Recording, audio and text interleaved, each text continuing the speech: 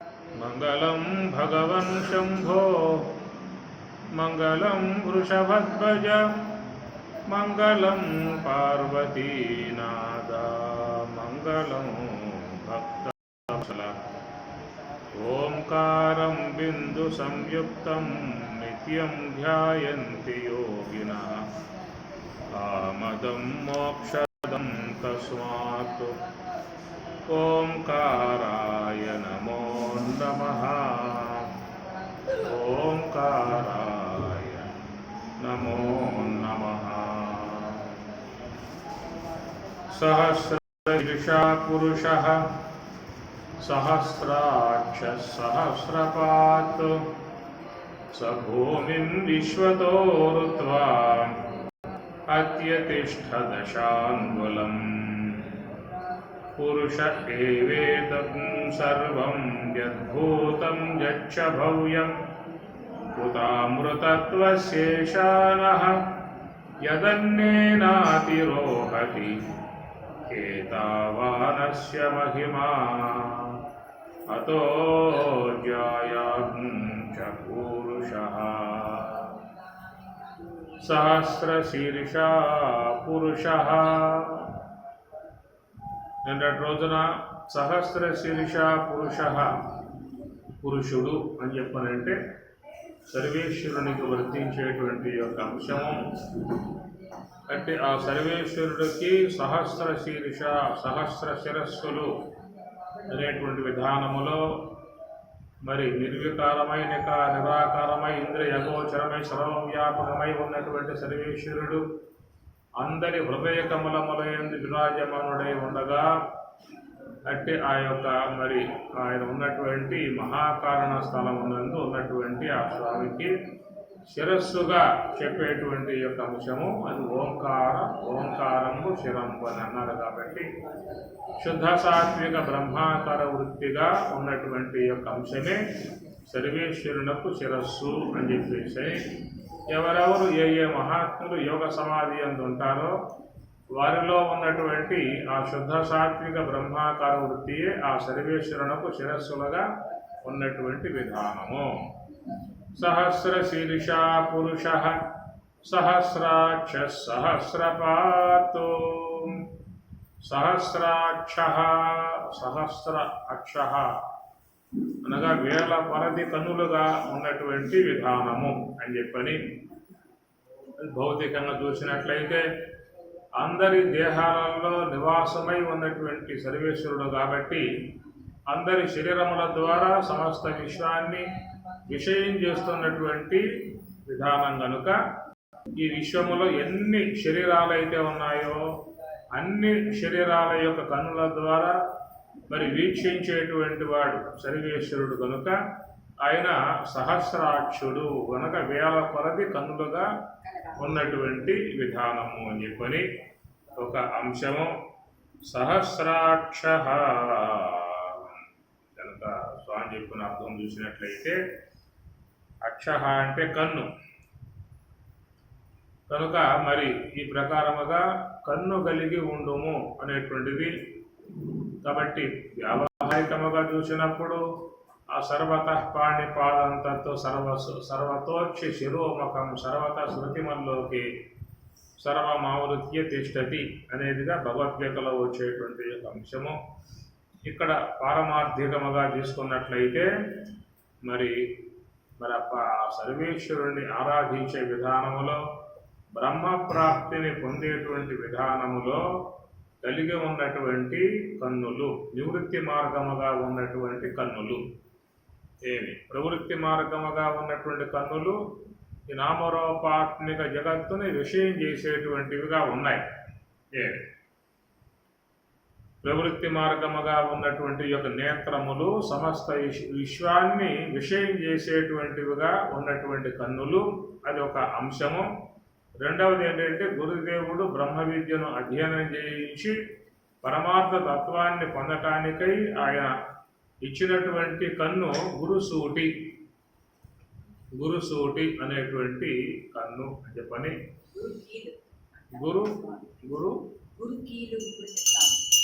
గురుకీలు గురుసూటి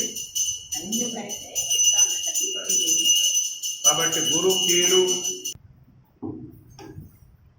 గురుసూటి, గురుకీలు. గురుసూటి అనేది కొంచెం అందంగా ఉండే పదం, కీలు అని చెప్పాలంటే గురుసూటి. అవాంతర వాక్యములు, మహావాక్యములు 2 రకాలు. అవాంతర వాక్యముల ద్వారా కలిగేటువంటిది పరోక్ష జ్ఞానము. చాలా వరకు శాస్త్రాలలో ఉండేటువంటి వాక్యాలని అవాంతర వాక్యాలని చెప్పని అంటారు. అంటే ఒక స్వరూపాన్ని గురించి చక్కగా తెలియజేసేటువంటి అంశాన్ని అవాంతర వాక్యములని పేరు పెట్టారు. ఆ తత్వం నీవే అనేటువంటి విధానముగా తెలియజేసేటువంటి యొక్క వాక్యాలని మహావాక్యములు అనేదిగా పెట్టిన పేరు. కాబట్టి ఈ ప్రకారంగా మహావాక్యములుగా ఉన్నటువంటివి 4: తత్వమసి, అహం బ్రహ్మాస్మి, అయం ఆత్మా బ్రహ్మ, సర్వం కలివిదం బ్రహ్మ అనేటువంటి ఈ 4 వాక్యాలు. చాలామంది ఈ మహావాక్య బోధ అని చెప్పని ఆశ్రమాలలో అధ్యయనం చేస్తూ ఉంటారు. మహావాక్య బోధ, మహావాక్య శ్రవణము అని చెప్పని ఈ వాక్యములను శ్రవణం చేయటం అనేటువంటి అంశం వరకు మాత్రమే చాలామంది ఉన్నారు. జహద లక్షణ, అజహద లక్షణ, భాగత్యాగము, జహద లక్షణ అనేటువంటి విధానముగా, భాగత్యాగం అనే విధానముగా ఈ తత్వమసి మహావాక్య బోధ అనేది చాలా చక్కగా వాళ్ళు శాస్త్ర ప్రామాణికం అనుసరించి చెప్పుకొస్తారు.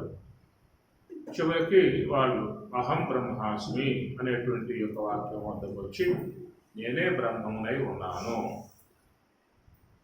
బ్రహ్మము కంటే విలక్షణముగా, బ్రహ్మము కంటే వేరుగా ఉన్నటువంటి అనాత్మ నేతి మహావాక్యము ద్వారా నిషేధించి అన్నీ కూడా నిషేధించగా చివరికి మిగిలి ఉన్నటువంటి ఏ చేతనం అయితే ఉన్నదో అంటే ఆ చేతనం వద్దకు వచ్చి మరి ఆ విధముగా గురువు చెప్పినటువంటి ఒక బోధ అనుసరించి అందరూ కూడా అహం బ్రహ్మాస్మి అనేటువంటి భావనగా వాళ్ళు అధ్యయనం చేస్తూ ఉంటారు. అది పూర్ణ బోధ అనే విధానముగా వాళ్ళు అట్లాగా అదే మోక్షము, అదే బ్రహ్మైక్యము, బ్రహ్మానుభవము అన్నటువంటి రీతిలో లోకంలో చాలామంది అట్లాగే ఉన్నారు. ముఖ్యంగా శంకరాద్వైత అనుయాయులుగా ఉన్నటువంటి వారు చాలా వరకు ఈ అంశాన్ని వారు గ్రహించారు. ఇంకంతకుమించి యోగం అనేటువంటి అంశాన్ని వాళ్ళు తీసుకోరు. యోగం అనేటువంటి యొక్క అంశాన్ని వాళ్ళు చెప్పరు. ఒకవేళ చెప్పినా కానీ ఆ యోగం అనేది ఏంటంటే చిత్తశుద్ధి కోసంగా చేసుకోవచ్చేమో కానీ స్వరూప అనుభవమును పొందడానికి ఉపయోగపడేటువంటిది కాదు. యోగం అనేది చిత్తశుద్ధి చేసుకోవడం ఉపయోగపడుతుంది తప్ప దానివల్ల స్వరూప అనుభవాన్ని పొందేది దానివల్ల ఏమో ఉపయోగం లేదు. ఎందుకని చెప్పినంటే నీవే బ్రహ్మమై ఉన్నావు. నువ్వు బ్రహ్మము కాకుండా ఉంటే బ్రహ్మం కోసంగా ప్రయత్నం చేయాల్సి ఉంటుంది. బ్రహ్మము నీకంటే వేరుగా ఉంటే ఒకవేళ దానికోసం ప్రయత్నం చేయాల్సి ఉంటుంది. అందువల్ల అది అప్రాప్త వస్తువు కాదు, అది అప్రాప్త వస్తువు కాదు, సప్రాప్త వస్తువు. అది ప్రాప్తించే ఉన్నది. నిత్యము నీకు మరి అవిభాజ్యమై ఉంది కాబట్టి అది నేననే విషయం తెలియక అనాత్మను నేనుగా భావించుకుంటూ ఉన్నావు. ఆ చేతనము బ్రహ్మము నేననే విషయం తెలియక అనాత్మనే నేనుగా భావించుకుంటూ ఉన్నావు. ఆ ప్రకారంగా ఉన్నటువంటి అతడు మరి మహావాక్యాలను అధ్యయనం చేయటం కారణముగా ఆ యొక్క బ్రహ్మమే నేను అనే విధానముగా మహావాక్యముల ద్వారా గురువు చెప్పినప్పుడు విన్నటువంటి శిష్యులు కూడా వారు కూడా ఓ అహం బ్రహ్మాస్మి, నేను దేహం కాదు, పంచకోశాలు కాదు, ఇంద్రియాలు కాదు, మనస్సు కాదు, నాహం దేహోనేంద్రియాణ్యంతరంగం నాహంకార ప్రాణవర్గో బుద్ధి ధారా ప్రత్యక్షేత్ర విత్తాది దూర సాక్షి నిత్య ప్రత్యేగాత్మ శివోహం అనే విధానముగా వారు ఆ భావన మాత్రమే ఉంటారన్నమాట. ఇట్లా చాలామంది ఈ యొక్క అంశమునే వాళ్ళు ప్రగాఢముగా ప్రధానముగా స్వీకరించిన అంశము. ఒకవేళ వాళ్ళ వద్దకు వెళ్ళి కాదండి ఇది కేవలం భావం మాత్రమే, సాధన చేయాల్సి ఉంటుంది, యోగం శీలించాల్సి ఉంటుంది. యోగము ద్వారా పొందబడేటువంటి విధానము యోగ సమాధి. అట్టి యోగ సమాధి యందు మాత్రమే నీకు బ్రహ్మము యొక్క అనుభవం కలుగుతుంది. బ్రహ్మము ద్వారా నువ్వు బ్రహ్మానందాన్ని పొందుతావు అని కనుక చెప్పినట్లయితే దాన్ని వాళ్ళు స్వీకరించరు. చాలామంది లోకంలో ఆ ప్రకారంగానే ఉన్నారు. అందుచేత ఈ మహావాక్యం అనబడేటువంటి వాటిను కేవలం బోధా సంబంధముగా శ్రవణ మాత్రమే పెట్టుకోవడం జరిగింది.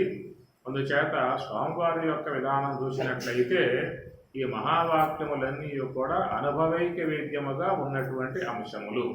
శ్రవణ మాత్రముగా ఉన్న అంశాలు ఏంటంటే ఈ అవాంతర వాక్యాలు. అవాంతర వాక్యములు అనబడేటువంటివన్నీ కూడా శ్రవణ మాత్రముగా ఉంటాయి. వాటిని శ్రవణం చేసి ఆత్మ అనాత్మల యొక్క విషయాన్ని గురించిన విధానం చక్కగా తెలుసుకోవాల్సి ఉంటుంది. అనాత్మ అంటే ఏది, ఆత్మ అంటే ఏది అనేటువంటి యొక్క విషయాలన్నీ కూడా అవాంతర వాక్యాలు మనకి అందిస్తూ ఉన్నాయన్నమాట. అట్లాగే అవాంతర వాక్యం అనబడేటువంటివన్నీ కూడా గురువు ద్వారా అధ్యయనం చేయాలి. గురువు ద్వారా అధ్యయనం చేసిన తర్వాత మరి ఆ యొక్క గురువు మనకి యొక్క సోహం అనేటువంటి సోహాన్ని అందిస్తాడో దాన్ని అనుసరించినప్పుడు కలిగే అనుభవ సంబంధమై ఉన్నటువంటి యొక్క అంశములే మహావాక్యములు అని ఇక్కడ స్వామివారి బోధలో వచ్చే అంశం. అది కేవలం చెప్పుకుని అది నేనైపోయాను అనేటువంటి భావనగా ఉండటం అది కాదు. నీవు వాటిని సాధనలో అనుభవ రూపకంగా వాట్లను పొందాల్సి ఉంటుంది అన్నారు. మహావాక్యాలన్నీ కూడా సాధనలో అనుభవానికి వస్తాయి తప్ప శ్రవణ మాత్రముతో శ్రవణం చేయటం వల్ల మాత్రం అనుభవానికి వచ్చేటువంటివి కావు అని చెప్పని. కాబట్టి ఈ ప్రకారంగా మహావాక్యములు ఏంటంటే అపరోక్ష అనుభవం కలగజేసేటువంటివి. అపరోక్షము అంటే పర అంటే వేరు, నా పర అపర, దానికంటే వేరుగా లేవు అనేటువంటి విధానములో ఆ స్వరూప స్థితిని కలగజేసే విధానమే మరి ఇక్కడ ఈ మహావాక్యములు అనేటువంటి అన్నమాట. అందుచేత దానికి ఏంటంటే ఆ మహావాక్యముల అనుభవమును పొందటానికి మరి సోపాన చతుష్టయము అనేదిగా స్వామివారు మనకి అందించిన విధానము కనుక సోపాన చతుష్టయం అనేటువంటి విధానమే ఈ 4 మహావాక్యములు అనేటువంటి. దానికి మూలముగా మనం ఆశ్రయించాల్సింది ఏమిటంటే ఈ హంసను ఆశ్రయించి ఉండుట, శ్వాసను ఆశ్రయించి ఉండుట. శ్వాసను ఆశ్రయించి ఉండటమే దాన్ని యోగము అని చెప్పనే మాట వాడారు. కనుక ఇంద్రియాలు ఉన్నాయి, ప్రాణము ఉన్నది. ఇంద్రియములు ఉన్నాయి, ప్రాణము ఉన్నది. కాబట్టి ఇంద్రియములను ఆశ్రయించినప్పుడు వాటి ద్వారా ఏమవుతుందంటే మనకు ఈ పంచభూత సంబంధమై ఉన్నటువంటి విషయాలు గోచరించే విధానం ఏర్పడుతుంది. కనుక ఇంద్రియములకు విషయాలకు ఉన్నటువంటి అనుబంధం వినుబంధంగా అల్లుకుపోయి ఉన్నది, అంతే, ఇంకేం లేదు కదా. కాబట్టి ప్రకారముగా ఓ మాట చెప్పాల్సి వస్తే వ్యవహారముతో ముడిపడి ఉన్నటువంటివి ఇంద్రియములు, పరమార్థముతో బ్రహ్మముతో ముడిపడి ఉన్నది శ్వాస. ఒక మాట అనుకున్నట్లయితే 2 కదా, వ్యవహారము పరమార్థము అని. కనుక పరమార్థం అంటే బ్రహ్మం, వ్యవహారం అంటే విశ్వ ప్రపంచం. కాబట్టి విశ్వ ప్రపంచముకు వ్యవహారముతో పంచభూతాలతో అనుసంధానం కలిగి ఉన్నటువంటివి ఇంద్రియములు అని చెప్పని, పరమార్థముకు బ్రహ్మముతో అనుసంధానం కలిగి ఉన్నటువంటిది ఏమో ఈ శ్వాస అనేటువంటిది అన్నమాట. కాబట్టి ఉన్నటువంటి ఇంద్రియాలు అవి బయటికి పోవటానికి ప్రయత్నం చేస్తాయి. ఈ శ్వాస అనేది లోనికి తీసుకుపోవటానికి అది వస్తూ ఉన్నదన్నమాట. దానికి అనుగుణ్యముగా ఒక మాటగా మనకు భగవద్గీత 8వ అధ్యాయములో కూడా ఒక అన్వయ రూపకంగా వచ్చే పదం అక్కడ ఉన్నది. ప్రయాణకాలే అనే పదం వస్తుంది అక్కడ. ప్రయాణకాలే మనసా అచలేన భక్త్యాయుక్తో యోగ బలేన. యోగ బలేన, అదంతా కూడా యోగ బలము యొక్క దాన్ని అనుసరించి ఉన్నటువంటి విధానం. యోగ బలం అనేది ప్రధానంగా అక్కడ పదం వాడతాడు కనుక యోగ బలం అనేది ప్రధానంగా ఉండాలి.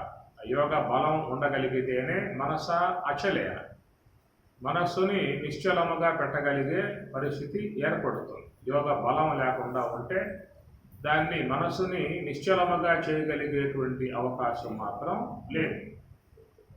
కనుక పలుమార్లు చేయగా వచ్చేటువంటి యొక్క దాన్ని యోగ బలము అంటాడు. భక్త్యా యుక్తో యోగ బలే అని 3 పదాలు వాడాడు అక్కడ. ఇంకా భక్తి అనేది ప్రధాన అంశము అని చెప్పేసి అని, భక్త్యా యుక్తో, యుక్త అంటే కూడి ఉండటము, ఇది యోగ బలము అనేటువంటి అంశములు కలిగి ఉన్నటువంటి వారు మాత్రమే మనసా అచలేన అనేటువంటి మాట. కాబట్టి మనస్సుని అచలముగా చేయటం అది నీ యొక్క బాధ్యత అయితే, ఈ శ్వాస అనేటువంటిది అచలం కావటం, కదలకుండా ఉండిపోవటం అనేటువంటిది అది ఈశ్వరునికి సంబంధించిన అంశం అన్నమాట. కాబట్టి శ్వాసను ఆపటం అది నీ యొక్క అంశము కాదు. చాలామంది ప్రాణాయామం అనే విధానాలలో శ్వాసని ఆపటం లాంటివి చేస్తూ ఉంటారు. ఆ ప్రయత్న కుంభకము అని చెప్పేసి అని, అది అంత శ్రేయస్కరమై ఉన్నటువంటి యొక్క అంశము కాదు. కాబట్టి దాన్ని స్వామి ఏమన్నారంటే సహజ కుంభక స్థితి, సహజ రాజయోగ సమాధి అన్నారు. సహజ కుంభక స్థితి. కాబట్టి సహజముగా ఆగిన విధానములో ప్రమాదం వచ్చే అవకాశం లేదు. దాన్ని ప్రయత్నపూర్వకంగా ఆపటం అనేటువంటి యొక్క అంశంలో కొంచెం ఇబ్బందులు చేకూరే అవకాశం అనేటువంటిది ఉంటుంది. అందుచేత మనస్సును ఆపటము అనేటువంటిది అది ప్రమాదాత్మకం కాదు. మనస్సును ఆపటం ప్రమాదాత్మకం కాదు. శ్వాస ఆపటం ప్రమాదాత్మకమై ఉన్నది. ఎందుకంటే శ్వాస అనేది ప్రధానంగా స్థూల దేహానికి అనుబంధం కలిగి ఉన్నది. స్థూల శరీరములో చాలా చక్కటి విధానం ఏర్పడుతుంది శ్వాస వల్ల అని చెప్పేసి. అనగా శ్వాస సంచారం జరుగుతూ ఉండడం కారణముగా శరీరములో ఏర్పడేటువంటి కల్మషాలను ఎప్పటికప్పుడు శ్వాస తీసుకువచ్చి బయట పోస్తూ ఉంటుంది. అది శ్వాస చేసే పని అన్నమాట. శరీరములో ఏర్పడేటువంటి కల్మషములను ఎప్పటికప్పుడు శ్వాస మొత్తం కూడా సమస్త మరి అవయవాల మరి వాటి యొక్క మధ్యలో చేరి ఉన్నటువంటి అంతటినీ కూడా తీసుకొచ్చి బయట పోసే విధానం. కాబట్టి దాన్ని ఏమన్నాము అంటే ఆక్సిజన్ అనేది ఏమో లోనికి పోయే అంశాన్ని చెప్పాము, బయటకు వచ్చేదేమో కార్బన్ డైఆక్సైడ్. చెడు గాలి, మంచి గాలి, చెడు గాలి. బయట ఉన్న గాలి లోపలికి పోతుంది ప్రాణం, అది మంచి గాలి అని. లోన ఉన్నటువంటి యొక్క అపానం చెడు గాలి బయటకు వస్తుంది అని చెప్పి అంటున్నామంటే ఏమిటి? లోన అనేక కల్మషములన్నీ కూడా ఎప్పటికప్పుడు ఏర్పడుతూ ఉన్నాయి కాబట్టి అవన్నిటినీ కూడా బయట తోడిపోస్తూ ఉన్నది. అది శ్వాస చేస్తున్నటువంటి పని అన్నమాట. చూడండి, ఒక రోజు కనుక శ్వాస ఆగిపోయి ఉన్నట్లయితే ఆ శరీరంలో చాలా మరి బ్యాక్టీరియా సంబంధ కణజాలం అంతా వృద్ధి అప్పటికి. అందువల్ల జాగ్రత్త పడతారు ముందుగానే. ఎప్పుడైతే శ్వాస ఆగిపోయిందో ఇక ఆ శరీరాన్ని ఒక బెడ్లో పెట్టి రాయిసులో పెట్టి చేసే విధానం చేస్తారు. కాబట్టి ప్రకారంగా ఏంటంటే దాంట్లో అనుక్షణము కూడా ఈ బ్యాక్టీరియా సంబంధమైనటువంటి యొక్క కణజాలం కార్బన్ డైఆక్సైడ్ అనేటువంటిది ఏర్పడుతుంది. కాబట్టి ఆ భాగాలను ఎప్పటికప్పుడు బయట పోసే విధానం చేసి శరీరాన్ని మంగళకరంగా ఆరోగ్యకరంగా చేస్తున్న పని అన్నమాట. కాబట్టి ప్రాణాయామం మీద కుంభక ప్రాణాయామం చేయమంటారు. బాగా భస్త్రిక ప్రాణాయామము, కుంభక ప్రాణాయామం అని చెప్పాలంటే బాగా దాన్ని శ్వాసను గసపడతారన్నమాట. కపాల భాతి అని చెప్పేసి యోగాసనాలు వేసినప్పుడు శ్వాసను బాగా వేడి పుట్టించే విధానంగా చేస్తారన్నమాట. అదంతేనంటే శరీర భాగాలలో చేరుకుపోయి ఉన్నటువంటి ఆ చెడంతా కూడా బయటకు పోసే విధానం అన్నమాట. అది యోగా సంబంధమై ఉన్న అంశాలలో చాలా చేరి ఉన్నాయి. అట్లనే జల దౌతి అని చెప్పని అంటారు. జల దౌతి అని చెప్పనంటే నీరు బాగా కాసి చల్లార్చి దాంట్లో ఉప్పేసి ఆ విధంగా తాగి వాటిను వమనం చేసే విధానం చేస్తారు. అది జల దౌతి అంటారు. వస్త్ర దౌతి అని చెప్పనంటే ఒక పెద్ద వస్త్రాన్ని దాన్ని మెల్లమెల్లగా లోపలికి తీసుకుని ఉదరకోశంలో పంపించి ఆ యొక్క ఉదరకోశాన్ని చక్కగా శుద్ధం చేసే విధానముగా చేసేది వస్త్ర దౌతి అనేటువంటి ఒక ప్రక్రియ. శంఖ ప్రక్షాళన అనేది ఒకటి. ఆ శంఖ ప్రక్షాళన కూడా యోగా సంబంధంలో ఉండేటువంటి విధానాలే. నౌతి అనేది కూడా మరొకటి ఉన్నది. ఇవన్నీ కూడా శరీరములో ఏర్పడినటువంటి కల్మషాలని బయటికి పంపించేటువంటి ప్రక్రియ అన్నమాట. కాబట్టి ఆ ప్రక్రియ విధానములు నిరంతరముగా చేస్తున్న పని శ్వాస. ఒకవేళ జలదౌతి ఎవరు చేస్తున్నారు, వస్త్రధౌతి ఎవరు చేస్తున్నారు, నౌతి ఎవరు చేస్తున్నారు, శంఖ ప్రక్షాళన ఎవరు చేస్తున్నారు, 199 మంది ఎవరు చేయట్లా. ఎవరో యోగా సంబంధంగా ఉన్నటువంటి వాళ్ళు చేస్తారు. నేను కూడా ఒకప్పుడు చేశాను. శాంతాశ్రమంలో ఉన్నప్పుడు నెల రోజులు అక్కడ రామారావు గారు అని చెప్పి అతను యోగా సంబంధం శిక్షణ పెట్టినప్పుడు, శిక్షణ క్లాసులో ఉన్నప్పుడు శంఖ ప్రక్షాళన, నవ్వుతి, వస్త్రధౌతి కూడా చేశానంటే మళ్ళా వాడు దూలికి పోయింది లేదు. కాబట్టి ఏంటంటే ఎప్పటికప్పుడు శ్వాసయే దేహాన్ని శుద్ధం చేస్తున్న విధానం. కాబట్టి ఏంటంటే ఆ శ్వాస చేస్తున్నటువంటి ప్రక్రియకు మనం అడ్డుపోకూడదు, నిరాఘాటంగా సాగాలి. మనం దానికి అడ్డుపోకూడదు. అడ్డు అంటే ఏంటి? ప్రాణములు కుంభించడము, ప్రాణాయామం చేయటము అని ఒకటి ఉంది కదా. ఆ విధంగా ప్రాణములు కుంభించి ప్రాణాయామం చేయటం కారణంగా శ్వాస ఆపటం కారణంగా ఏమవుతుందంటే శరీరంలో కొన్ని కల్మషాలు అట్లాగా నిలిచిపోయే అవకాశం ఉంటుంది. కాబట్టి కుంభక ప్రాణాయామం అనేది లోకంలో చెప్పటం ఉంటుంది. దాన్ని స్వామిగారు ఏమన్నారంటే సహజ కుంభక స్థితి రావటం ఆరోగ్యదాయకము అన్నారు. సహజామనస్క రాజయోగము, సహజామనస్క రాజయోగము. మనం శ్వాసలను ఆపకుండగానే దానికై అదిగా ఆగిపోయే విధానం అనే ప్రక్రియ సహజామనస్క రాజయోగం అని చెప్పినంటే, సహజ కుంభక స్థితి అని చెప్పినంటే మనం ఆపకుండగానే అదే తనకు తానుగా ఆ పరిణామంలో ఆగిపోయే విధానం అన్నమాట. అది వస్తుంది. ఎట్లా వస్తుందంటే మనం మనస్సును ఆపితే చాలు. మన మనస్సును ఆపితే చాలు. ఆ తర్వాత శ్వాసలు క్రమక్రమంగా ఆగిపోయే విధానం ఏర్పడుతుంది. అది ఈశ్వరునికి సంబంధించిన అంశం. అది ప్రాణాయామం చేయటం అది మనం చేసే పని అన్నమాట. మనం మనస్సుని ఆపినప్పుడు, నిశ్చలం చేసినప్పుడు ఆ ప్రాణము తాముగా ఆగిపోయే విధానం రావడం అనేటువంటిది అది ఈశ్వరుడు ఉన్నటువంటి విధానం. మన చేతుల్లో ఉన్న విషయం కాదు. మన చేతుల్లో ఏమిటి? నీవు చేయాల్సింది మనస్సును ఆపటం. అంతవరకు నీ డ్యూటీ అన్నమాట. కాబట్టి ప్రాణములు ఆగేటువంటి విధానం అది ఈశ్వరుని యొక్క అంశములో చేరి ఉన్నది. కాబట్టి అక్కడ శ్వాస ఆగిపోవటం జరుగుతుందన్నమాట. ఎప్పుడైతే శ్వాస మరి తగ్గుతూ ఉంటుందో, స్వామి చెప్పినట్లుగా 2 అంగుళాలు తగ్గింది, పృథ్వీ పంచకం జడమైంది, ఇంకొక 2 అంగుళాలు తగ్గింది, జల పంచకం జడమైంది, ఇట్లా మనకి స్వామి చెప్పే మాటలు ఉన్నాయి. అగ్ని పంచకము, వాయు పంచకం ఇట్లా అవుతాయి అని చెప్పి చివరికి 2 అంగుళములుగా సంచరించేటువంటి యొక్క శ్వాస అనేటువంటిది ఏర్పడుతుంది. అట్లా మరి ఆ శ్వాస తగ్గి తగ్గి తగ్గి చివరికి 2 అంగుళముల పరిధిలో సంచరించేటువంటి ఒక స్థితి ఏర్పడుతుంది. దాన్ని కుండలిని యోగం అని పేరు పెట్టారు. అది కుండలిని యోగము అని. అది ఈశ్వర సాన్నిధ్యం అని కూడా ఉత్తర గీతలో ఒక పదం ఉన్నది. పుటద్వయ వినిర్ముక్త వాయు ఎత్ర విలీయతే తత్ర సమస్తం మనఃపృత్వ తం పార్థ ఈశ్వరం తం ధ్యాయేత్ ఈశ్వరం. వాయు ఎత్ర విలీయతే, ఎక్కడైతే ఆ వాయువు పూర్తిగా తగ్గి తగ్గి తగ్గి తగ్గి 2 అంగుళాల వరకు మాత్రమే సంచరించేటువంటి స్థితికి చేరుకుంటుందో తత్ర సమస్తం మనఃపృత్వ, ఆ శ్వాస ఆగిన చోట మనస్సును నువ్వు అట్లాగా పెట్టినట్లయితే, ఆ స్థితిలో ఉన్నట్లయితే అది తం పార్థ ఈశ్వరం, అది ఈశ్వరుని యొక్క సాన్నిధ్యము అన్నారు. కాబట్టి ఈ ప్రకారముగా మరి ఆ శ్వాస ఆపటము అనేది ఒక అంశము, శ్వాస ఆగటము అనేది ఒక అంశం. ఆపటము అనేది మన ప్రయత్నంలో చేరి ఉన్నది, ఆగటము అనేది ఈశ్వరుని యొక్క అంశములో చేరి ఉందన్నమాట. కాబట్టి ఈ ప్రకారంగా మరి ఇప్పుడు చెప్పారు కదండి, శ్వాస కుంభించడం కారణముగా శరీరంలో కల్మషాలన్నీ కూడా పెరిగిపోతాయి చెప్పన్నారు కదా. మరి ఎట్లయితే ఏమైంది, ఇప్పుడు మనం ఆపకుండా ఆయన ఆపాడు కదా, ఆయన ఆపటం వల్ల కూడా మరి శరీరంలో కల్మషాలు మిగిలిపోయే పరిస్థితి ఏర్పడుతుందిగా.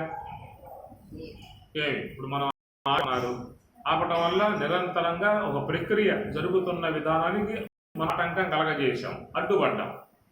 మనస్సు శ్వాస చేసేటువంటి పనికి అడ్డుపడ్డాము అని చెప్పని.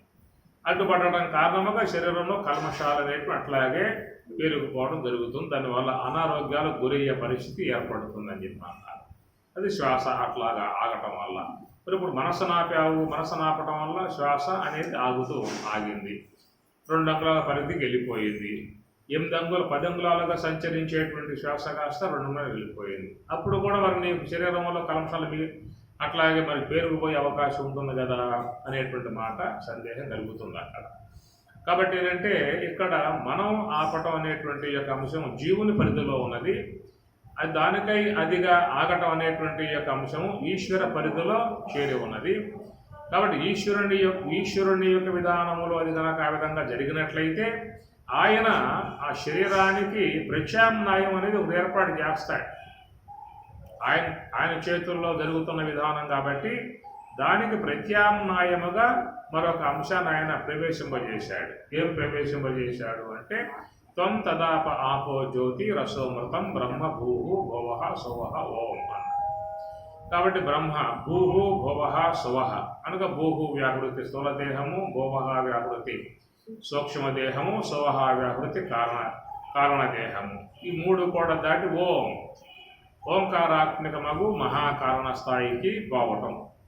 ఈ మహాకారణ స్థాయికి పోతున్నప్పుడు శ్వాస అనేది పూర్తిగా ఆగిపోతుంది. కాబట్టి ఆ శ్వాస చేసేటువంటి శుద్ధత అనే ప్రక్రియ ఆయన ఇక్కడ ఏం చేశాడు అంటే రసోమృతం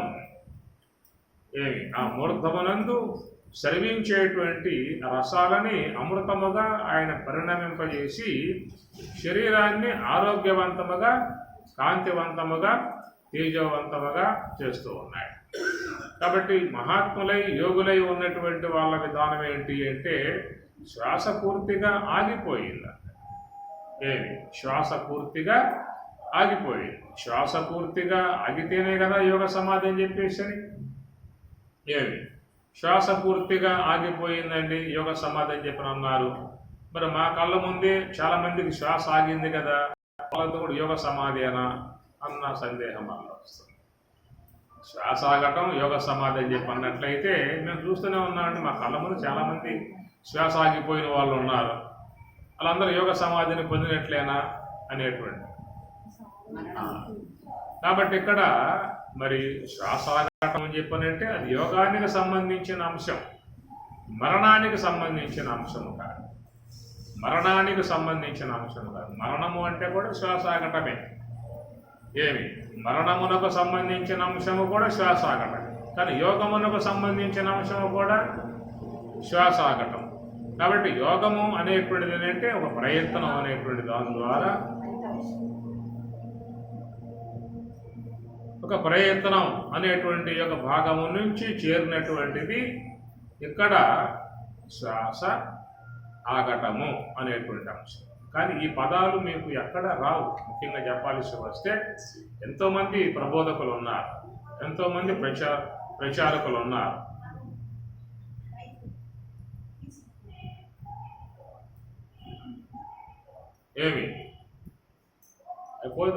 సబ్జెక్ట్ పోతుంది. కాబట్టి లోకంలో ఎంతోమంది ప్రబోధకులు ఉన్నారు, ప్రచారకులు ఉన్నారు.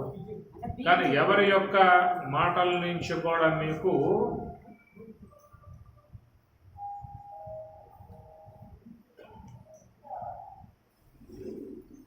చూడండి కావాలంటే మీరు ఎంతోమంది ఉన్నారు కదా, ఈ సరళి ఈ ప్రక్రియ విధానాన్ని మీకు వాళ్ళ నుంచి రాదు.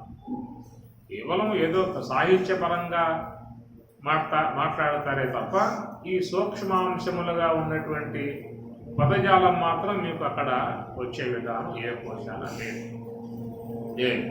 కాబట్టి ప్రకారముగా శ్వాస అనేటువంటిది పూర్తిగా ఆగటము అనేటువంటి యొక్క అంశములో చేరి ఉన్నది ఏంటంటే యోగ సమాధి అని అర్థం.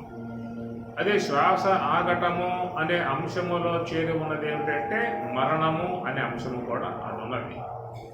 అది కేవలం ప్రారబ్ధం అయిపోవటం కారణముగా కలిగేటువంటి పరిణామం శ్వాస ఆగటము. దాన్ని మరణము అనే మాట వాడాము అక్కడ. శ్వాస ఆగటము అని చెప్పినట్టే ప్రారబ్ధం అనేది సమాప్తి అయిపోయింది. ప్రారబ్ధం భోగతో నశ్య. కాబట్టి ప్రారబ్ధం అయిపోయి శ్వాస ఆగటం ఒక అంశం. అది సమస్త మాన లోకంలో జనులకు జరిగేటువంటి యొక్క అంశం. కానీ ఇక్కడ ఏంటంటే ఈ యొక్క విధానములో శ్వాస పూర్తిగా ఆగటము అని చెప్పనంటే మరి రెండు అంశాలు ఇక్కడ తీసుకోవాలి మనం. ఒకటేమో స్థూలదేహం, ఒకటేమో సూక్ష్మదేహం. స్థూలదేహానికి సంబంధించిన అంశము ప్రారబ్ధం, సూక్ష్మదేహానికి సంబంధించిన అంశము సంచితం. సూక్ష్మదేహానికి సంబంధించిన అంశము సంచిత కర్మ, స్థూల దేహానికి సంబంధించిన అంశము ప్రారబ్ధ కర్మ. కాబట్టి ప్రారబ్ధం అయిపోయి అక్కడ ఆగుతున్నది, ఇక్కడ సంచితం అనేటువంటిది లైవ్ అయిపోయి ఇక్కడ ఆగుతూ ఉన్నది. యోగస్థం కనుక సంచిత కర్మను నశింపజేసే ప్రక్రియ యోగం. ప్రధానముగా యోగం అంటే యోగాగ్ని దగ్ధ కర్మాణం తం ఆహు. యోగాగ్ని బ్రహ్మాగ్ని దగ్ధ కర్మాణం అనే మాటలు భగవద్గీతలో ముఖ్యంగా వస్తూ ఉన్నాయి. కాబట్టి ఆ ప్రకారముగా బ్రహ్మాగ్ని, యోగాగ్ని, జ్ఞానాగ్ని, యశ సర్వే సమారంభ కామ సంకల్పవర్జిత జ్ఞానాగ్ని దగ్ధ కర్మాణం తం ఆహు పండితం ఉదాహ అనే విధానం. కాబట్టి సాధకులై ఉన్నటువంటి వారు ప్రారబ్ధం అయిపోకముందే వీళ్ళు సంచితాన్ని లేకుండా చేసుకున్నారు, సమాప్తి చేసుకున్నారు. మిగతా వాళ్ళు ప్రారబ్ధం సంచితం అట్లాగే పెట్టుకుని ప్రారబ్ధాన్ని అవజేసుకుని దేహాన్ని వదిలి వెళ్ళిపోతూ ఉన్నారు. కాబట్టి ఈ ప్రకారముగా స్థూలదేహ సంబంధమై ఉన్నటువంటి యొక్క ప్రారబ్ధం అయిపోయినా శ్వాస ఆగుతుంది. సూక్ష్మదేహ సంబంధమై ఉన్నటువంటి యొక్క సంచిత కర్మ నశింపబడ్డ శ్వాస. మనస అచలేన. ఎప్పుడవుతుంది అచలంగా మనస్సు అంటే దాంట్లో కల్మషాలు పోవాలి. లభంతే బ్రహ్మ నిర్వాణం ఋషయ క్షీణ కల్మష అనే మాట వాడాడు కదా. ఆ కల్మషాలన్నీ దేంట్లో ఉన్నాయంటే సూక్ష్మదేహంలో. కనుక అవి సంచిత కర్మలుగా ఉన్నటువంటి విధానం. కాబట్టి మహాత్ములు ధ్యానం అనేటువంటి యొక్క యోగ నిద్ర అనేటువంటి యొక్క అంశము ద్వారా మరి ఆ సూక్ష్మదేహంలో ఉన్న కల్మషాలని కడిగి వేసుకుని మరి ఆ ప్రకారంగా వాళ్ళ సూక్ష్మదేహము మన అంశ యొక్క ఆశ్రయం ద్వారా నివృత్తి మార్గంలో పయనించి ఆ బ్రహ్మం వైపు పోతున్నారు. కాబట్టి వాళ్లకు శ్వాస ఆగుతుంది. ఆ శ్వాస ఆగటాన్ని అక్కడ దానికి నిర్వాణము అనే పదం. కనుక సూక్ష్మదేహములో ఉన్నటువంటి ఒక సంచితాది కర్మలను లేకుండా చేసుకునే వాళ్ళు పొందినటువంటి ఒక మరణ సంబంధమై ఉన్న అంశమే. అది కూడా మరణ సంబంధమై ఉన్న అంశమే. ఏమిటంటే మరణ సంబంధమై ఉన్న అంశము అంటే జీవునికి ముగింపు, జీవత్వం అంతరించిన. అది కూడా మరణ సంబంధమై ఉన్న అంశమే. జీవన్ముక్తుడు అని చెప్పనంటే అక్కడ మరి ఆ యొక్క జీవత్వం పూర్తిగా అంతరించింది. జీవత్వం అంతరిస్తేనే ఈశ్వరత్వం ప్రాప్తించేది. అక్కడి నుంచి వాళ్ళందరూ కూడా ఈశ్వర స్వరూపులే. ఏమి మరి జీవత్వం అవిద్యను తొలగింపజేసుకుని కర్మవాసం నశింపజేసుకుని శుద్ధ సాత్వికతను పొంది ఆ శుద్ధ సాత్వికత ద్వారా బ్రహ్మావలోకనం చేసే ఆ మహాత్ములందరూ కూడా మరి ఒక రకంగా చూసినట్లయితే అక్కడ మరి దాన్ని జీవత్వమును పూర్తిగా నశింప చేసుకున్న విధానము అదనమాట. అది మరణ సంబంధమై ఉన్న అంశమే. జీవన్ముక్తుడనేటువంటి యొక్క మాటకు మరణ సంబంధమై ఉన్న మరణ శాసనం తమకు తామే విధించుకున్నారు. మరణ శాసనాన్ని తమకు తామే విధించుకున్నారు. తమ యొక్క జీవత్వమును మరణింపజేసుకోవడానికే ప్రయత్నం చేశారు. జీవత్వమును తొలగింపజేసుకుంటేనే ఈశ్వరత్వం ప్రాప్తించేది. అదే తత్వమసి మహావాక్యంలో ఉన్నటువంటి యొక్క అర్థం. తత్తనగా ఈశ్వరుడు, త్వం అనగా నీవు, అసి అయ్యావు అని ఎందుకు వస్తుంది? ఎప్పుడైతే ఆ జీవుడు మలిన సాత్వికముతో చేరి ఉన్నాడో ఆ మలిన సాత్వికముతో చేరి ఉన్నటువంటి జీవుడు ఆ మలినములన్నీ ఇప్పుడు కడుక్కున్నాడు.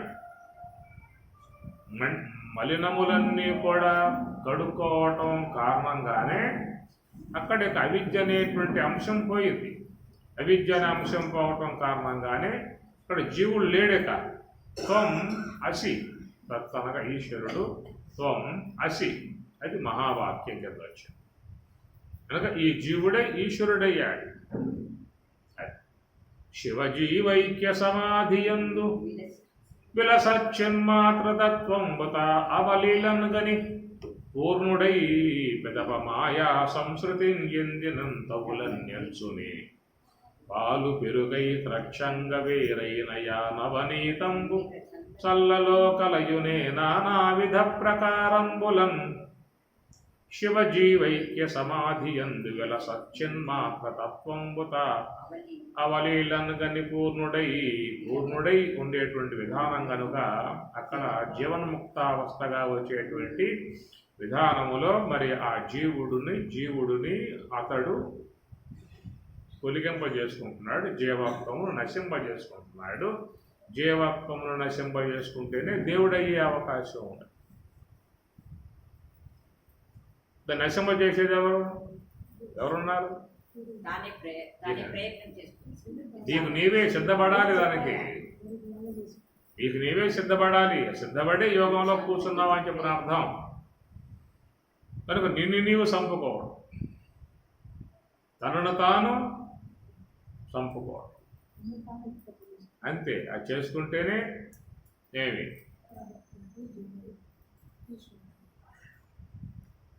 అలరి దేహమనేటి యాగశాలలోన బలువయ్య జ్ఞానపు పశువును బంధించి కలసి వైరాగ్యపు కత్తుల కోసి వ్యలయ జ్ఞానాగ్నిలో వ్రేలిచె మా గురుడు. అలరి దేహమనేటి యాగశాలలోన బలువయ్య జ్ఞానపు పశువును బంధించి, యజ్ఞాలలో పశువును బంధిస్తారు. కాబట్టి ఈ జీవుడు అనేటువంటి బంధించి జ్ఞానాగ్ని జ్ఞాన చెప్తారు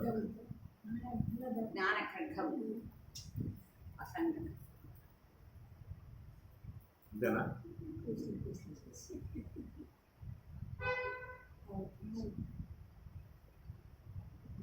కత్తుల కోసి విలయ జ్ఞానాగ్నిలో వ్రేలిచె మా గురుడు.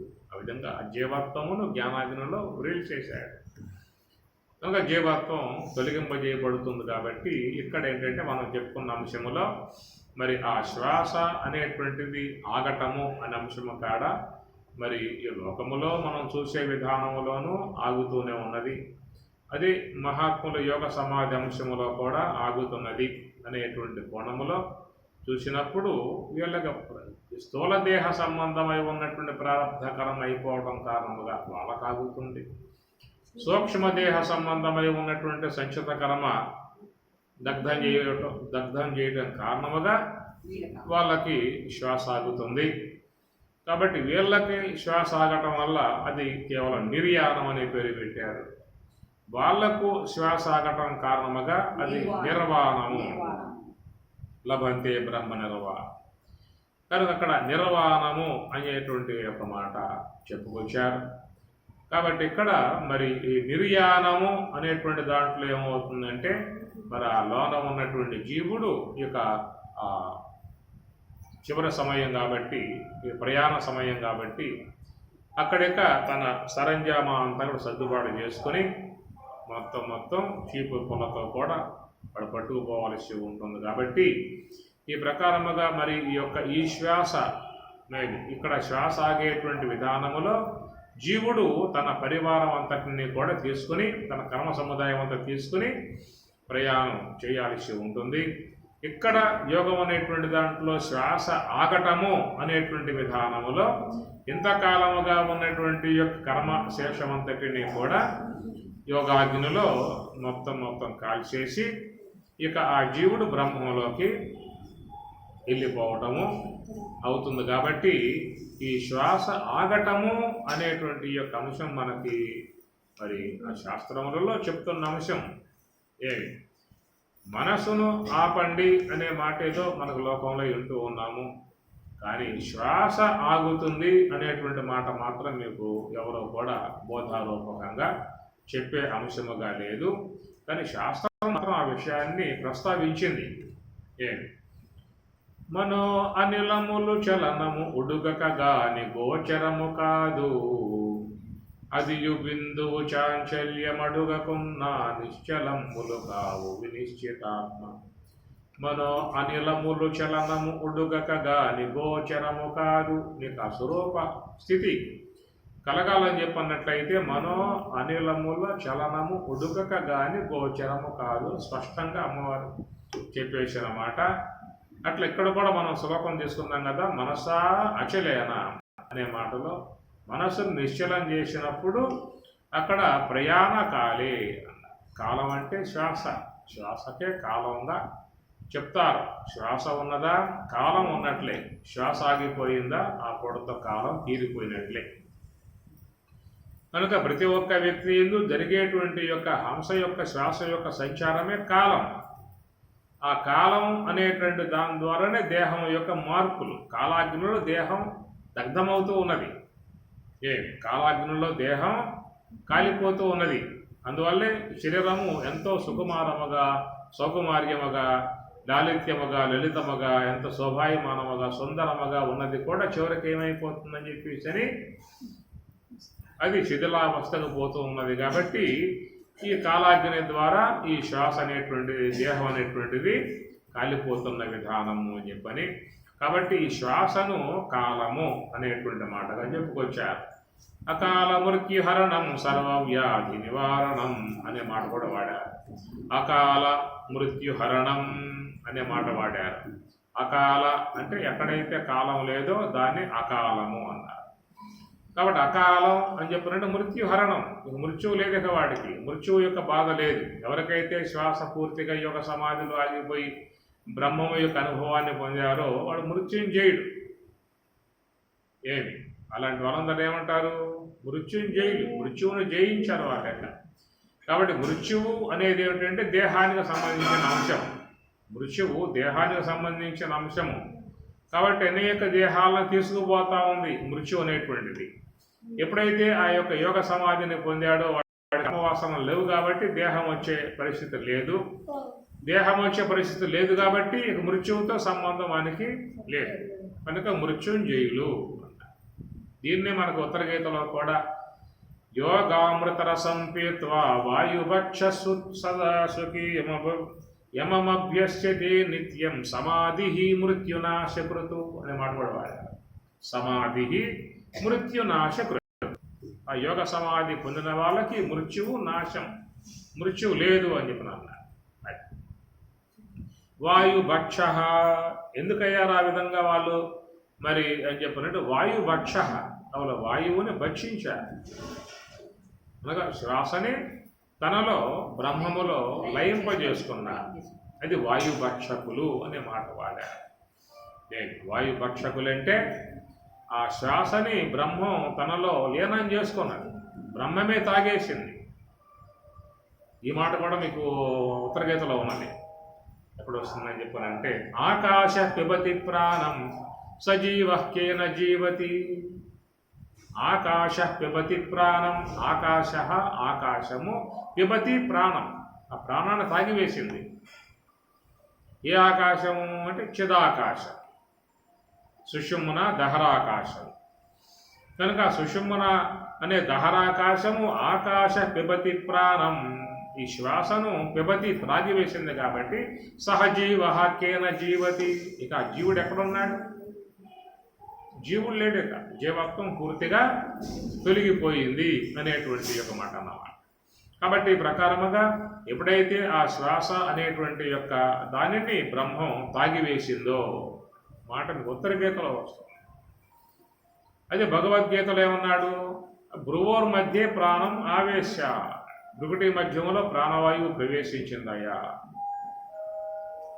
ఎప్పుడైతే భృగుటి మధ్యంలో ప్రాణవాయువు సుషుమ్నాలో లీనమైపోయిందో సహా తం పరం పురుషం ఉపయేతి. సహా అట్టివాడు తం పరం పురుషం, ఆ పరమ పురుషుణ్ణే బ్రహ్మముని ఉపయేతి పొందుతున్నాడు అని శుద్ధంగా ఉన్నమాట.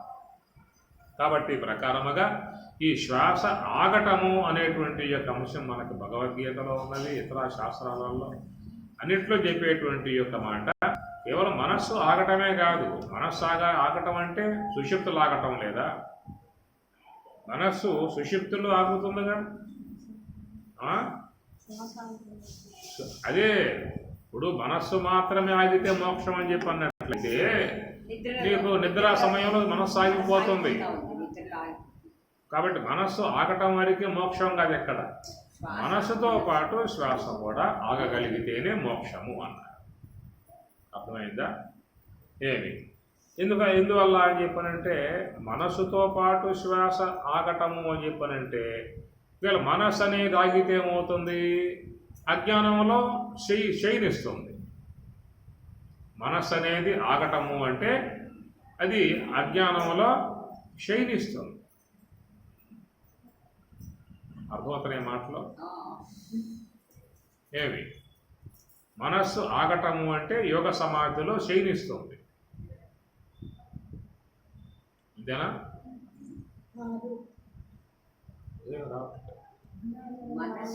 మనస్సు ఆగటం అంటే యోగ సమాధిలో శయనించటం.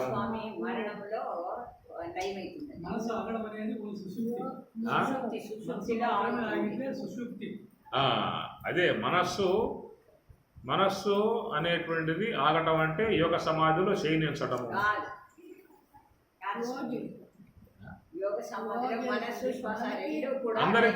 అందరికీ రోజు వచ్చే విధానంగా మనస్సు ఆగుతుంది కదా. మనస్సు ఆగటం అంటే యోగ సమాధిలో శయనించటము. రావా మీరు వస్తేగా ఎక్కడో లోకాల్లో విహరిస్తూ ఉంటారు.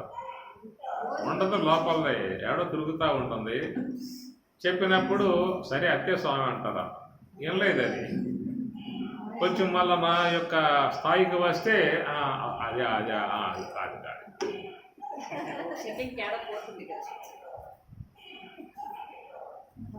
ఇది ఉండదు. కాబట్టి ప్రకారముగా మనసు అనేది శయనిస్తుంది, రోజు శయనిస్తుంది. నిద్ర అనేటువంటి దాంట్లో, అజ్ఞానం అనేటువంటి దాంట్లో అది శయనిస్తుంది పోయి. ఎందుకంటే అది మరి పగలంతా పనిచేసి అలసిపోయి వ్యాసారి ఉంటుంది కాబట్టి దానికి విశ్రాంతి మనం తీసుకుంటే మళ్ళా పొద్దున్నే ఇంద్రియాలతో జత చేరి మళ్ళీ విషయ ప్రపంచం మీద విజృంభించే అవకాశాలు ఉంటాయన్నమాట. దానికోసంగా అది విశ్రాంతి తీసుకోవడానికి మంచి తావు ఒకటి ఎత్తుక్కున్నది. ఆ తావుకు పోయి అక్కడ కాసేపు అడపడి బతుకు జీవుడా అని చెప్పని మళ్ళా శక్తి కాస్త పుంజుకుని మళ్ళా వ్యవహారంలోకి వస్తుంది. కాబట్టి అందువల్ల మనసు అనేటువంటి యొక్క వస్తువు చక్కగా శయనించే విధానం దానికి ఎక్కడ అని చెప్పనంటే యోగ సమాధి.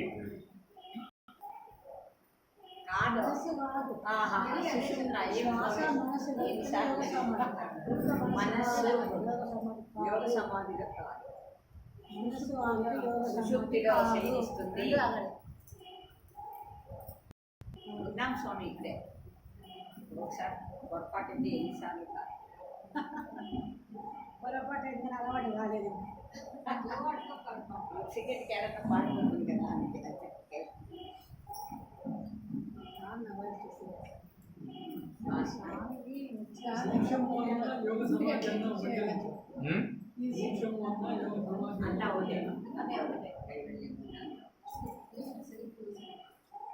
అందువల్ల మనస్సు అనే దానికి ఏంటంటే దానికి తావు ఏర్పాటు చేసుకున్నది.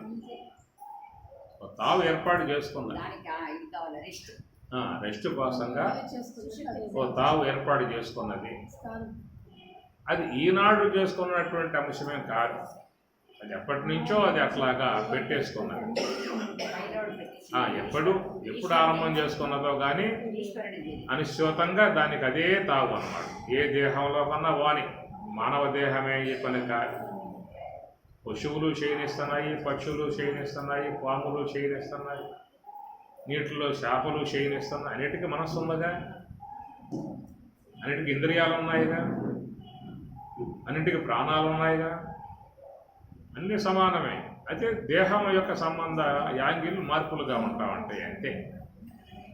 కాబట్టి ఈ ప్రకారముగా మనసు అనేటువంటిది ఒక తనకు విశ్రాంతి కోసముగా ఒక శయన మందిరముగా అనే దాన్ని ఏర్పాటు చేసుకుని రోజువారీగా అక్కడపై శయనించే విధానం చేసుకుంటూ ఉంటాం. కాబట్టి అలాగా ఉన్నటువంటి యొక్క మనస్సు సుషుమ్నా ఎందుకు వెళ్ళింది ఈనాడు? రోజువారీగా చక్కగా ఒక అజ్ఞానం అనేటువంటి యొక్క అవిద్య అనేటువంటి యొక్క మందిరంలో శయనించేటువంటి ఆ మనస్సు ఈనాడు ఈ సుషుమ్నా శయనించే విధానం గల పరిస్థితి ఎందుకు ఏర్పడింది? గురువు యొక్క అనుగ్రహంతో గురు సూటిని అనుసరించి పోయి ప్రయత్నం చేసి జీవుడు నిరంతరముగా ఒక విశ్రాంతి విధానముగా ఒక అజ్ఞానం యొక్క మందిరాన్ని ఏర్పాటు చేసుకుని అక్కడ శయనించేటువంటి ఆ మనస్సు ఈనాడు బ్రహ్మములో శయనించేటువంటి పరిస్థితి ఎందుకు ఏర్పడింది? ఆ మనస్సు హంసతో జట్టపడి అది అంతర్ముఖమై దానితో పాటు హంసతో పాటు పై వచ్చింది కాబట్టి అక్కడ అజ్ఞానం ఉంది, ఇక్కడ జ్ఞానం ఉంది. అదే అది అజ్ఞానం. ఇప్పుడు జ్ఞానం వచ్చింది కాబట్టి సుషుమ్నలో అందరూ బిడ్డలు వేసుకోండి. ఎట్టలో ఆరితేరిపోయి ఉన్నారు జ్ఞానంలో. అంతే కదా జ్ఞానం. కాబట్టి ఈ ప్రకారముగా మనసు అనేటువంటిది ఎప్పుడూ కూడా అది సుషుమ్నకు కాదు, సుషుమ్నాలోకి పోయే విధానం లేదు దానికి. అది దానికి ఏంటంటే నిద్ర అనే అజ్ఞానం, కారణదేహం, కారణదేహంలో పోయే విధానం మరి మాత్రం తనకు ఉన్నటువంటి పర్మిషన్ అలవాటు చేసుకున్నటువంటి విధానం. కానీ ఈనాడు ఏమైందని చెప్పానంటే ఆ యొక్క మనసు అనేటువంటిది సుషుమ్నా యందు శయనించింది. నాడు సుషుమ్నా యందు శయనించడం అనేటువంటి యొక్క అంశం ఎందుకు ఏర్పడింది అంటే ఇంతకాలముగా ఇంద్రియాలతో మాత్రమే సాన్నిధ్యం పొంది ఉన్నటువంటి మనస్సు గురు కరుణతో, గురు కటాక్షముతో, శ్వాసతో అనుసంధానం అనేటువంటి ఒక అంశం దానికి ఏర్పడింది. ఇప్పుడు ఇంతకాలముగా ఇంద్రియాలతో సాన్నిధ్యం, ఇంద్రియాలతో సాహచర్యం, ఇంద్రియములతో అనుబంధం ఏర్పడి ఉన్నటువంటి యొక్క దానికి మరి గురువు యొక్క అనుగ్రహం, గురువు యొక్క సూచనలు అనుసరించి అట్టి ఆ యొక్క మనస్సుకి కొత్త కోణం ఏర్పడింది. కొత్త కోణం అని చెప్పానంటే హంసతో జతపడేటువంటి యొక్క విధానం ఏర్పడింది. మరి హంసతో జతపడేటువంటి విధానం లోకంలో ఎవరు చేస్తున్నారు? నాడు గురువులుగా ఉన్న చాలామంది కూడా చెప్పే మాట ఈ నామం చేసుకోయా, ఓం నమ శివాయ, ఓం నమో నారాయణాయ, ఏదో దేవతా సంబంధ నామాలు ఉన్నాయి కాబట్టి అంతవరకే మీకు ప్రధానంగా చాలా వరకు ఉంటుంది ఆశ్రమాలలో కూడా. కానీ హంస యొక్క సూత్రము అనేటువంటి దాన్ని బాహాటముగా తీసుకొచ్చిన విధానము స్వామివారు ఒకటి. అట్లనే శాస్త్రాలలో కూడా అంశం ఉన్నది, శ్వాస యొక్క ఆశ్రయం కలిగి ఉండని చెప్పేసి అని. అదే కదా 5వ అధ్యాయంలో స్పర్శాన్ కృత్వా బహిర్బాహ్యాం చక్షుశ్చైవాంతరే భ్రువో ప్రాణాపానవు సమౌ కృత్వా నాసాభ్యంతరచారిణవు అన్న మాటలు ఉన్నాయి, భగవద్గీత అందులో ఉన్నాయి. కాబట్టి ఈ ప్రకారంగా ఏంటంటే ఇంతకాలముగా ఆ మనసు అనేటువంటిది పంచేంద్రియముల వరకే మాత్రమే పరిమితమై పంచేంద్రియముల ద్వారా శబ్ద, స్పర్శ, రూప, రసగంధాది విషయాల వరకు మాత్రమే ఆస్వాదించే విధానముగా ఉన్నటువంటి యొక్క మనసుకి ఒక కొత్త కోణం అనేది, కొత్త తావరం, కొత్త స్థానం హంసతో ఉండుట అనేటువంటి యొక్క అంశం దానికి ఏర్పడింది. కాబట్టి అలాంటి యొక్క అంశం ఎప్పుడైతే వాళ్ళకి గురువు ద్వారా అందిందో దాన్ని వాళ్ళు పట్టుదలగా ఆచరించారు. అది కూడా శ్రద్ధాభక్తులు ఉండాలి, విశ్వాసం ఉండాలి, పూర్ణమైనటువంటి విశ్వాసం ఉండాలి, గురువు చెప్పినటువంటి యొక్క మార్గం పట్ల సందేహం లేకుండా ఉండాలి. అలాగా ఆయన యొక్క వాక్యాన్ని శిరస వహించి ఆ ప్రకారముగా మనస్సుని హంసతో జత చేసిన కారణంగా ఏమైందంటే ఇంతకాలముగా అజ్ఞానములో శయనించే అలవాటు కలిగి ఉన్నటువంటి యొక్క మనస్సుకి ఈనాడు బ్రహ్మమునందు శయనించేటువంటి దొరికిందన్నమాట. గీతలో శ్లోకం బ్రహ్మ సంస్పర్శ. ఏమిటా శ్లోకం? బ్రహ్మ సంస్పర్శ. దాన్ని బట్టే స్వామివారి బ్రహ్మస్పర్శిని పేరు పెట్టారు. కడపలో బ్రహ్మస్పర్శిని అని సంఘం ఉందిగా, అది ఆ పదం బట్టే.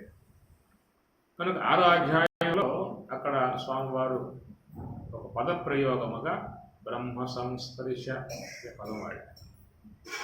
అంటే ఎప్పుడైతే ఈ మనసు అనేది ఈ శ్వాస అనేటువంటి దాంతో అనుసంధానాన్ని పెంపొందింపజేసుకుంటుందో, ఇక ఆ శ్వాసతో అది కూడా గమనం చేసే విధానం దానికి వస్తుంది. కాబట్టి ఆ శ్వాస పోయే బాట ఏమిటి? బ్రహ్మం, శుద్ధ బ్రహ్మం. అక్కడి నుంచే వస్తుంది. శుద్ధ బ్రహ్మం నుండి వస్తుంది. మీకు ఈ మాట ప్రశ్నోపనిషత్తు 3వ ప్రశ్నలో వస్తుంది. ఆ పిప్పలాదుని ప్రశ్న వేస్తాడు, శిష్యుడు ప్రశ్న వేస్తాడు, అయ్యా ఈ శ్వాస ఎక్కడి నుంచి పుడుతుంది, ఈ ప్రాణం ఎక్కడి నుంచి పుడుతుంది అనే మాట ఒకటి వస్తుందన్నమాట. అరే నువ్వు అతి ప్రశ్న వేస్తున్నావురా అని అంటూనే ఆయన పిప్పలాదుడు ఈ యొక్క శ్వాస అనేది ఆత్మ నుండి పుట్టి వస్తుంది అనే మాట వాడతాడు. కాబట్టి ఈ ప్రకారంగా మరి ఆ శ్వాస అనేది సుషుమ్నా నుండి పుట్టి వస్తున్నది అందరికీ. ఆ సుషుమ్నాయే బ్రహ్మము యొక్క నివాస స్థలము.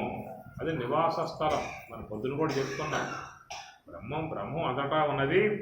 అంతటా ఉన్నటువంటి యొక్క ఆ బ్రహ్మము సుషుమ్నాయందు అది పొందుటకు యోగ్యముగా చేరి ఉందన్నమాట. ఆ పొందుటకు యోగ్యముగా ఉన్న పదాన్ని చెప్పడానికి ప్రతిష్ట అన్న పదం వాడారు.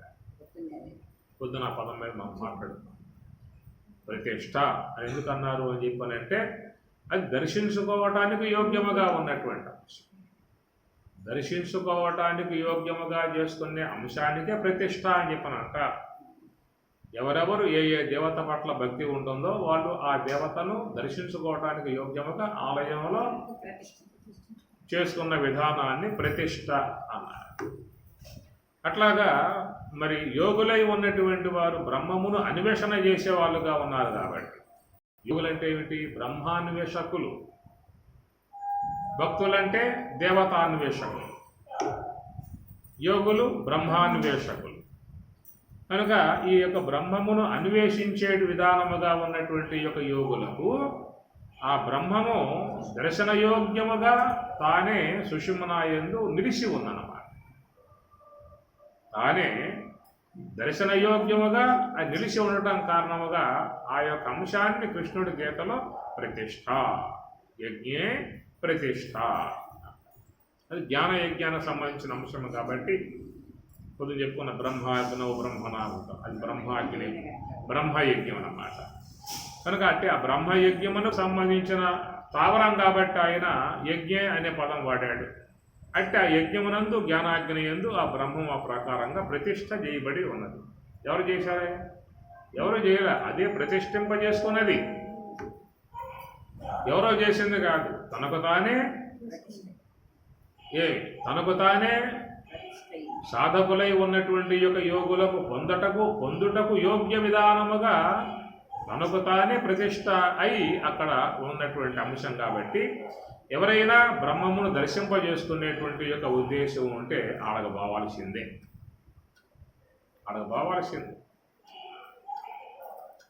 దానికి ఏమన్నారు ఉపనిషత్తుల్లో? తం అబ్రహ్మ. తం అంటే బ్రహ్మ. తం అనే పదము నపుంసకలింగంలో చేరి ఉంటుంది. తత్తే తాని, తం తత్తే తాని, తం అట్టి అని అర్థం వస్తుంది. కనుక తం దుర్దర్శం, గూఢం, అనుప్రవిష్టం, గుహాహితం, గహ్వరం ఇన్ని పదాలు వాడాడు. తెలియబడేది కాదు, ఇంద్రియాలకు గోచరించేది కాదు. అందుచేత తం దుర్దర్శం గూఢం అనుప్రవిష్టం గుహాహితం గహ్వరం ఇన్ని పదాలు వాడాడు. ఎట్లాగయ్యా ఇన్ని పదాలు వాడేవే?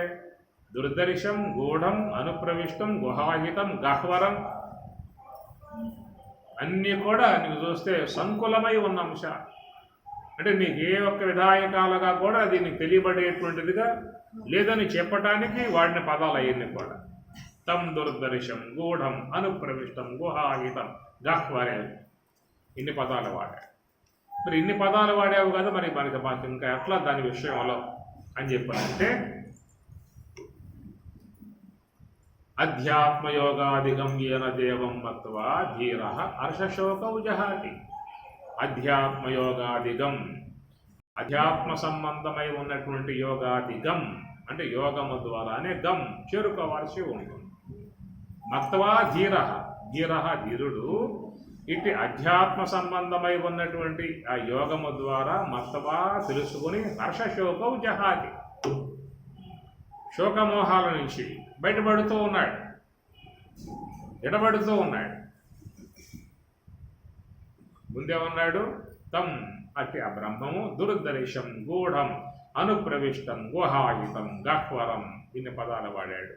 ఆ విధముగా ఉన్నటువంటి యొక్క స్వరూపాన్ని నువ్వు చేరుకోవాలని చెప్పన్నట్లయితే అధ్యాత్మ యోగాదిగం ఒక అధ్యాత్మ సంబంధమై ఉన్న నివృత్తి సంబంధమై ఉన్న హంస యొక్క సంబంధమై ఉన్నటువంటి ఆ నివృత్తికి సంబంధించి ఉన్నటువంటి యొక్క దాని ద్వారానే మత్తవా తెలుసుకుని హర్షశోకౌ జహాతి ఈ శోకమోహాల నుంచి దాటవలసి ఉంటుంది అనేటువంటి మాట.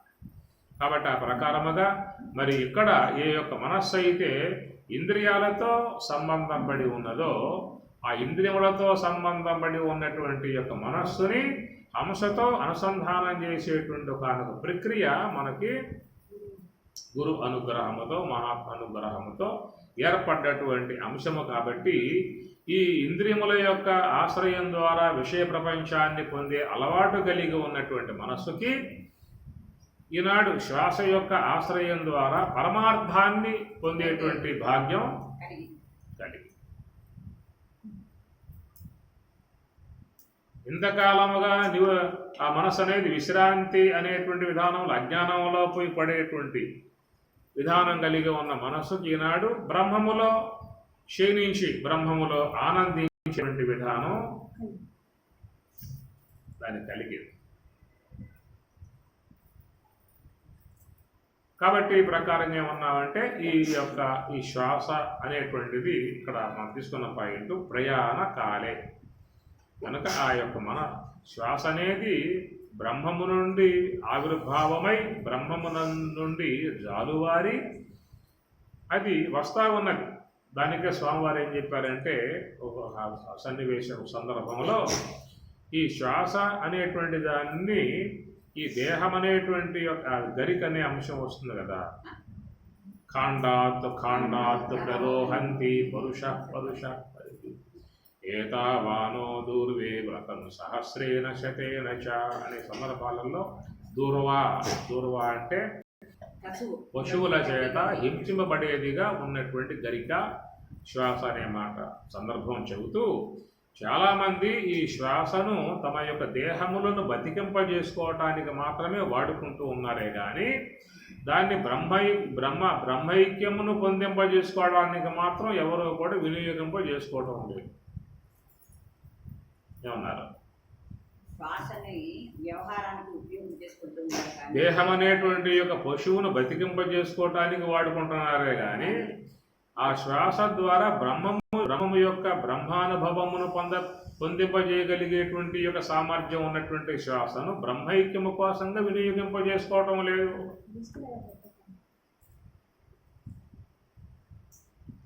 అక్కడ అందుచేత ఇక్కడ ఏమిటంటే ప్రయాణ కాలే ఏ యొక్క శ్వాస అనేటువంటిది పరమార్థము నుండి పుట్టి వస్తూ ఉన్నది. పరమార్థము నుండి పుట్టి వస్తున్నటువంటి యొక్క ఈ శ్వాస ప్రయాణమై వస్తూ ఉన్నది. ప్రయాణ కాలే అన్నాడు కాలం. మరి ఆ ప్రకారంగా బ్రహ్మము నుండి పుట్టి వస్తున్నటువంటి ఆ శ్వాస అనేటువంటి అంశానికి ఏం చెప్పారు అంటే అమృతం చైవ మృత్యుశ్చ అన్నారు. అమృతం చైవ మృత్యుశ్చ. ఏ యొక్క శ్వాస అయితే పరమార్థం నుంచి పుట్టి వస్తూ ఉన్నది, బ్రహ్మము నుండి పుట్టి వస్తూ ఉన్నది, అందువల్ల దాన్ని పరబ్రహ్మ అనే పేరు పెట్టారు. శ్వాస పరం బ్రహ్మమని శుద్ధ బ్రహ్మాన్ని సూచించారు. అది పరం బ్రహ్మము అన్నారు. కాబట్టి ఆ బ్రహ్మము నుండి సాకారాంశముగా వస్తున్నటువంటిది అది నిరాకారాంశము కదా. నిరాకారాంశముగా ఉన్నటువంటి దాన్నేమో పరం బ్రహ్మం అనే పదంతో వాడేశారు. కాబట్టి ఆ బ్రహ్మము యొక్క సాకారాంశముగా ఉన్నటువంటి యొక్క ఈ శ్వాస పరబ్రహ్మ అనే విధానంగా పెట్టారు. కాబట్టి ఆ పరబ్రహ్మగా ఉన్నటువంటి ఆ శ్వాస కాలము ఎంత సంచారం జరుగుతూ ఉంటుందో అంతంత ఆయువు క్షయింపబడే విధానములో అది కాలము, ప్రయాణ కాలే. దానికేమన్నారు? అమృతం చైవ మృత్యుశ్చ. అది అమృతమే, మృత్యువే కాదు, అది కాలమే కాదు, ఆయువును క్షయింపజేసేటువంటి కేవలం కాలమే కాదు, దాని యందు అమృతత్వం కూడా ఉన్నది అని అన్నారు. కాబట్టి ఈ ప్రకారముగా పరమాత్మ నుండి ప్రయాణమై బయటికి వచ్చేటువంటి శ్వాసను కేవలం దేహము యొక్క రక్షణ కోసముగా వినియోగింపజేసుకున్నంత కాలం అది మృత్యువు. కాలము, ఆ కాలమే మృత్యువు. కాలోస్మి లోకక్షయకృత్ ప్రవృద్ధ అహం నేను కాలః అస్మి. నేను కాలుడనై సమస్తమును కూడా క్షయింపజేస్తూ ఉన్నాను. కనుక ఈ యొక్క మహాకారణ స్థలమే ఈశ్వరుడు. ఆ మహాకారణ స్థలంలో ఉన్నటువంటి యొక్క ఈశ్వరుడే కాలుడుగా ఉన్నాడు. కాలోస్మి. కనుక ఈ ప్రకారంగా మనసు అనేటువంటిది వ్యవహారంలో మునుగుతూ, విషయాలలో మునుగుతూ, ప్రపంచ విషయాలలో పరుగులు తీసే అంతకాలం ఈ శ్వాస అనేది అమృతముగా ఉంటుంది. విన్నారా?